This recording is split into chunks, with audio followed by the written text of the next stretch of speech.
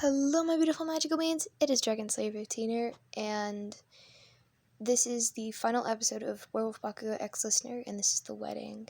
And without further ado, let's get into this, shall we? It was the day before the ceremony. You and Bakugou had planned everything, down to the last detail.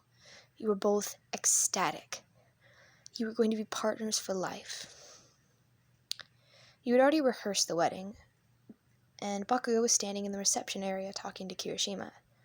"So, what's the honeymoon going to be like?" he smirked. "Rome, Italy, no, wait, France." Bakugou rolled his eyes and smirked.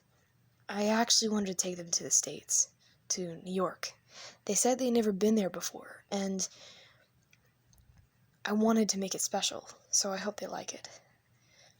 "Speaking of my partner, have you seen them?" he asked. "Oh, they're by the entrance," Kirishima said. Bakugou thanked him and walked toward the entrance. Before he reached it, however, someone grabbed his arm. He turned to see Ochako Uraraka standing there, with a worried look on her face. "What is it, round face?" he asked. She shushed him and whispered, "Their mom's here." He froze. "Your mom?" You and Bakugou hadn't invited her because she hated him, and neither of you wanted her to make a scene. Well, that was out of the question now, wasn't it? But Bakugou knew better than to come between you and your mom. And he knew how you got when you were angry, and he didn't want any part of that. "Mom, listen, Bakugou and I didn't invite you for a reason," he heard you say. Your mother scoffed. "So I can't come to my own child's wedding?" Bakugou heard the anger building in her voice. "We didn't invite you because we didn't want you to make a scene and embarrass us, yourself, and the rest of our guests," you said bluntly. There was silence for a moment. Then a loud smack echoed across the reception hall. Bakugou had realized that your mother had slapped you. His ears tucked down, and he let out a low growl. He walked out through the entrance to see you standing with your hand pressed up against your face. And your mother, standing a few feet away, with her hands on her hips. She saw Bakugou and rolled her eyes. "Oh, look, the big bad wolf's come to save you now, has he?"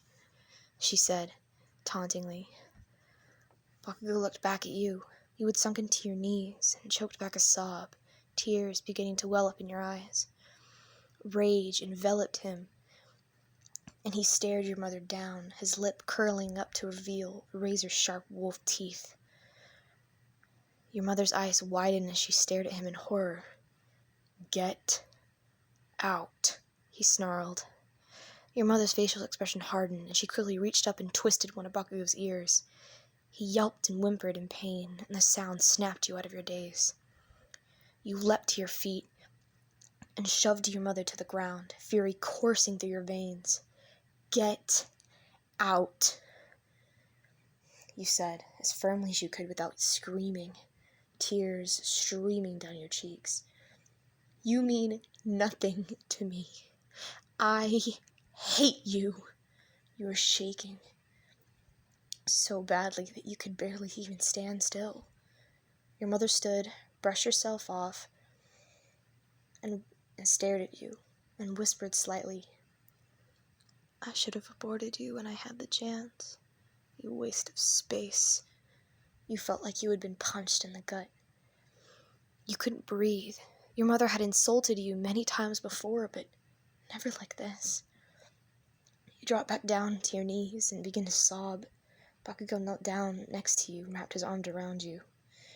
"Get out, you devil woman," he snarled. Your mother scoffed once more and walked away. After a few minutes, you had collected yourself and gotten up off the ground. You told Bakugou to go home.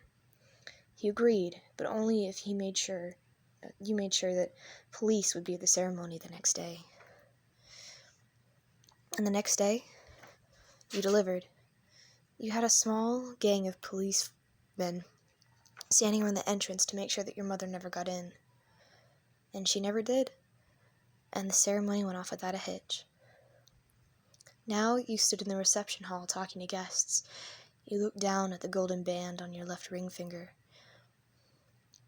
You and Bakugou were officially a married couple. You were listening to Bakugou retell the story of how you met when you felt a light tap on your shoulder. You turned to see a woman that you didn't recognize. Had she stumbled into the wrong party? You thought, looking at her. She was dressed in all black. She looked like she was going to a funeral. "Hi, can I help you?"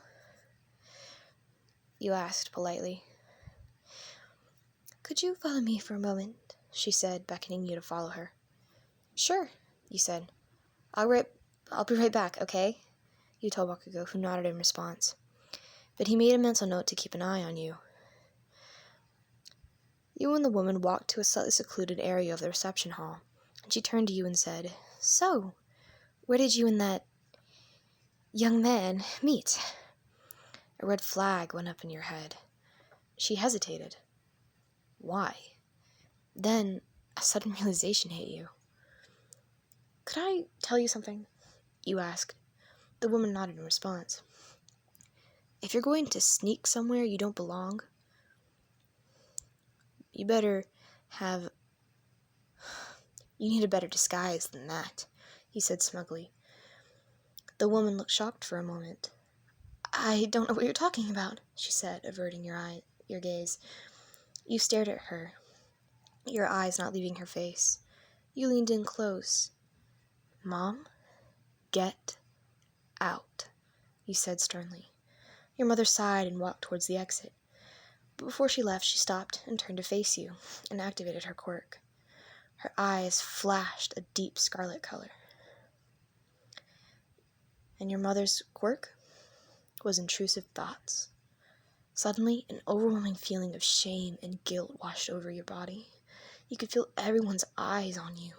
You could hear your mother's voice ringing in your ears. "I wish I had aborted you," she sneered.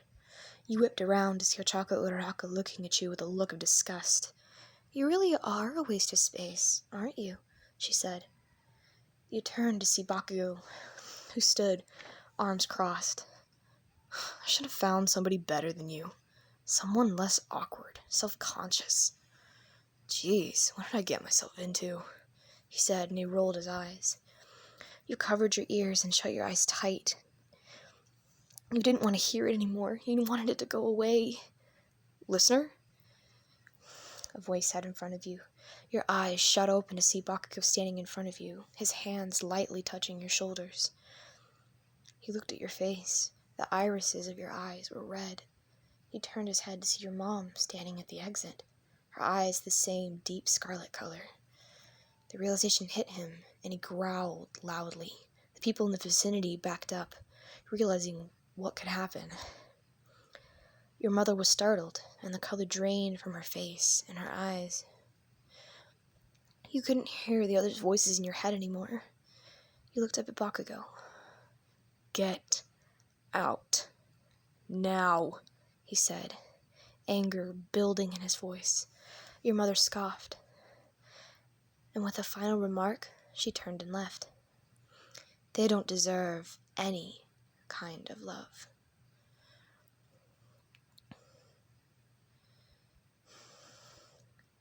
That comment was the one that broke you. You cupped your hands over your ears and screamed. Bakugou's ears turned down at the sound, and he winced. People around you began to stare. You were scared. You didn't want to hear it anymore. You couldn't hear it anymore. You turned and raced out the exit door, past your mother and around the end of the building. You ran until you couldn't see anything.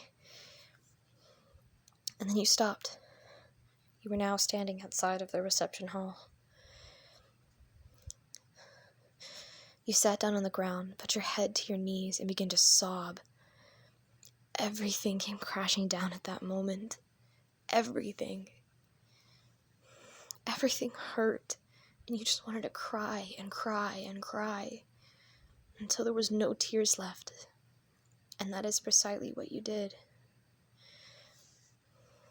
few moments later, catching your breath, you heard Bakugou's voice next to you.